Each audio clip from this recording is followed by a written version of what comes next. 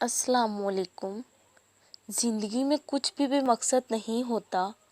یہ جو دکھ ملتے ہیں، درد ہوتا ہے، یہ سب کچھ نہ کچھ سکھانے کے لیے ہوتے ہیں، اور اسی زندگی میں خوشیاں بھی ملتی ہیں جو عطا کر کے اللہ اپنے بندے کا شکر ادا کرنا دیکھنا چاہتا ہے۔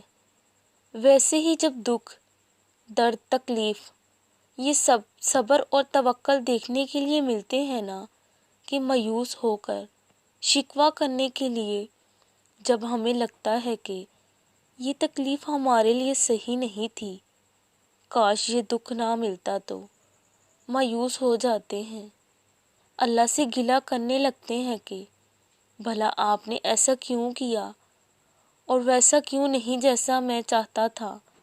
تب ہم کچھ نہیں جان رہے ہوتے کہ ایسا کیوں ہوا، لیکن اللہ وقت آنے پہ اس کا سبب بھی ہمیں بتا دیتا ہے۔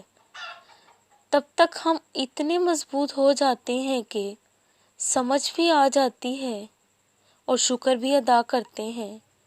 اللہ ہر پل ہماری حفاظت کرتا ہے، کیونکہ وہی اپنے بندے کا کارساز دوست اور مددگار ہے۔